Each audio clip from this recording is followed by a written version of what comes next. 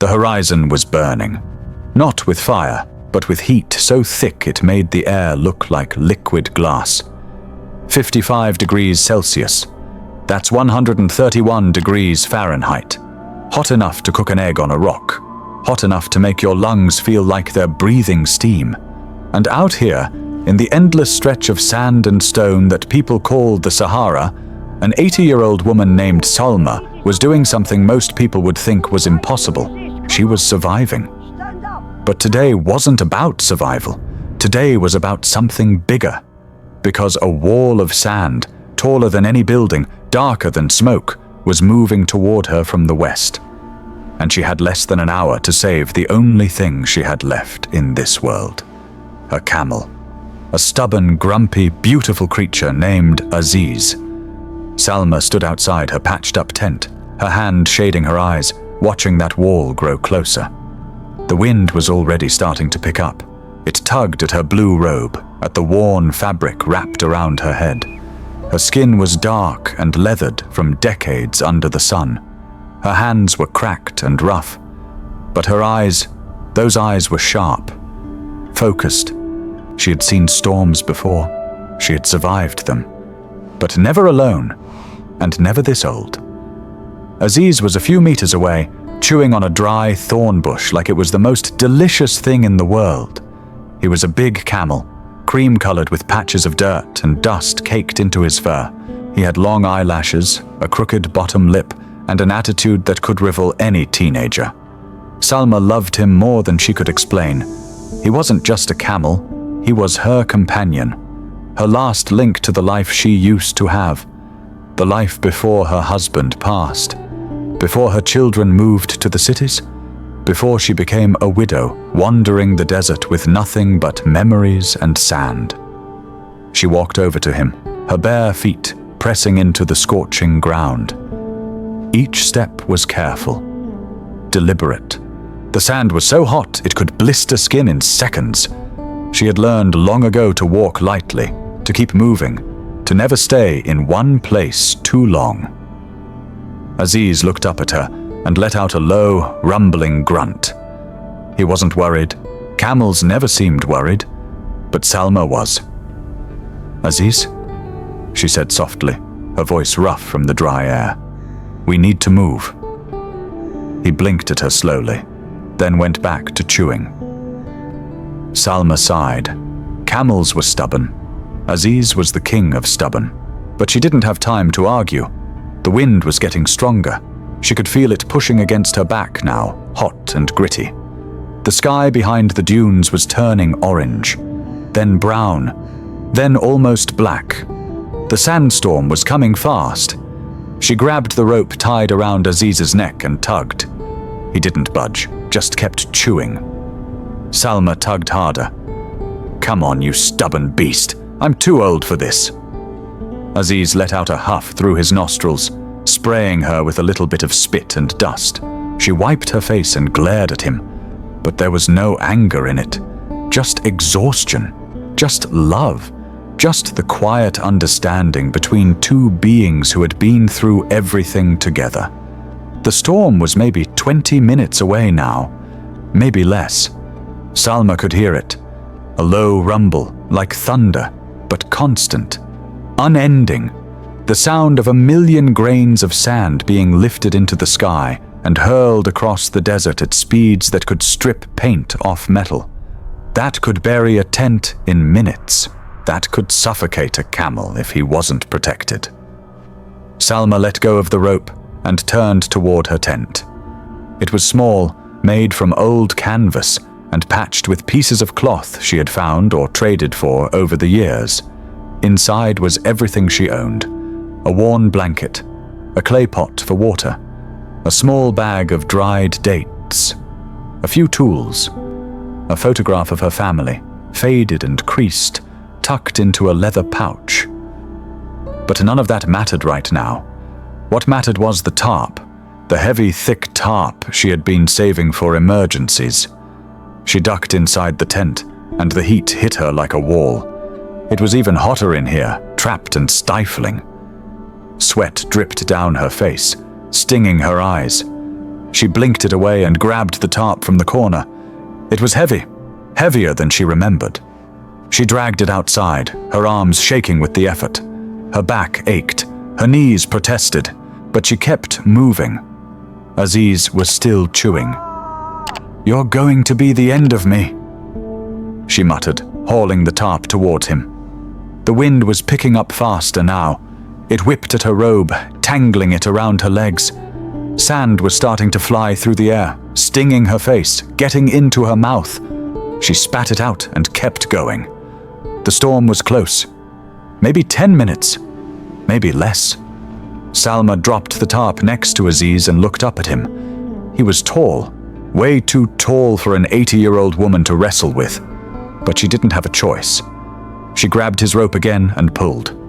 "Down, Aziz, down." He looked at her like she was crazy. "Down!" she shouted, pulling harder. Finally, with a long, dramatic groan, Aziz folded his legs and lowered himself to the ground. Salma let out a breath she didn't know she was holding.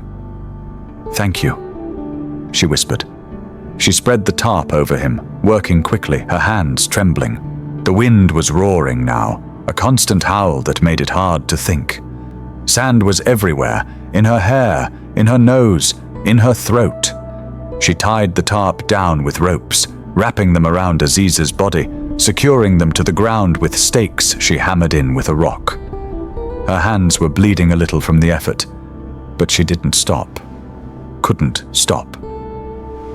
Aziz shifted under the tarp, uncomfortable, confused.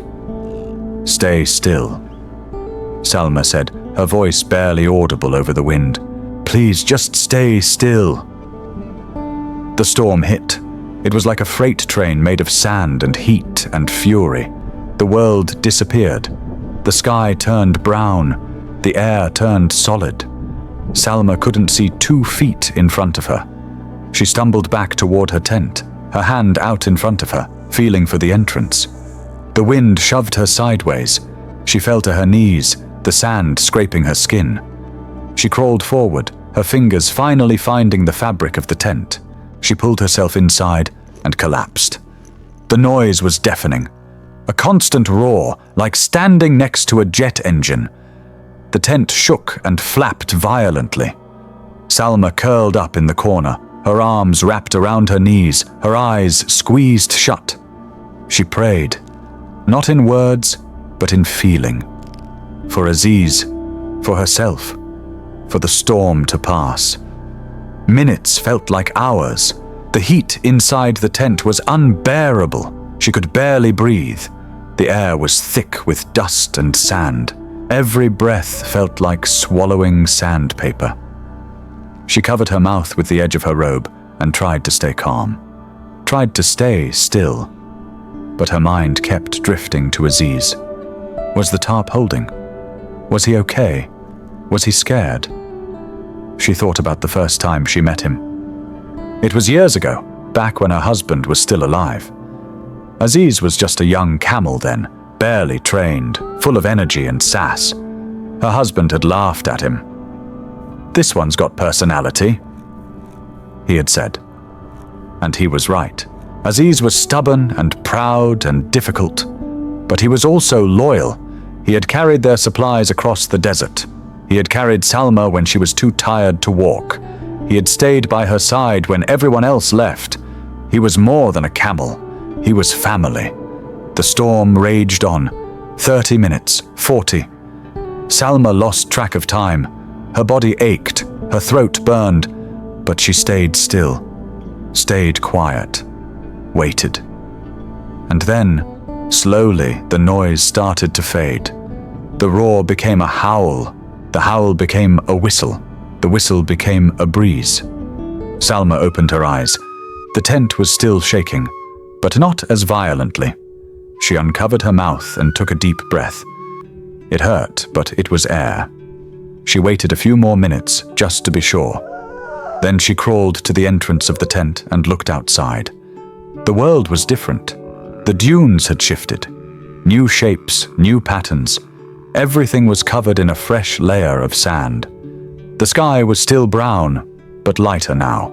The storm was passing, and there, a few meters away, was a lump under a tarp.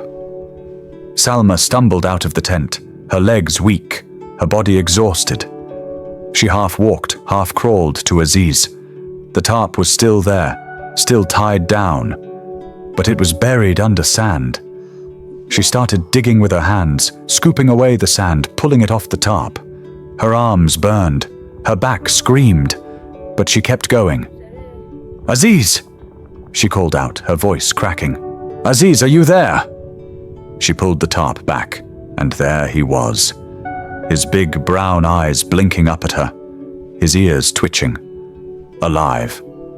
Salma let out a sob, a deep, shaking sob that came from somewhere in her chest. She pressed her forehead against Aziz's neck, her hands gripping his fur. He was warm. He was breathing. He was okay. Aziz let out a low rumble, almost like a purr, and nuzzled her gently with his nose. "You stubborn, beautiful beast," Salma whispered, tears streaming down her dusty face. "You scared me." She sat there for a long time, just holding him, feeling his breath, feeling his warmth. The storm was still moving in the distance, a dark smudge on the horizon, heading east. But here, in this small pocket of the desert, it was quiet, peaceful. The air was still hot, still dry, but it was breathable.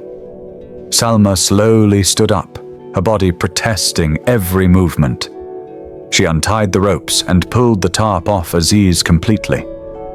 He shook himself, sending a cloud of dust into the air, and then slowly got to his feet. He looked at Salma, then at the desert around them, then back at Salma. And for once, he didn't look grumpy. He looked grateful. Salma reached into the pocket of her robe and pulled out a small piece of dried date. She had been saving it. She held it out to Aziz. He leaned down and took it gently from her hand, chewing it slowly, savoring it. "We made it," she said softly. "We always do." She looked out at the desert, at the endless sand, at the relentless sun starting to peek through the clearing sky. This place was harsh. It was brutal.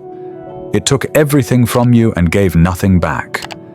But it was also home, and she wasn't alone. She had Aziz, and Aziz had her. Salma took a deep breath, feeling the heat fill her lungs, and smiled.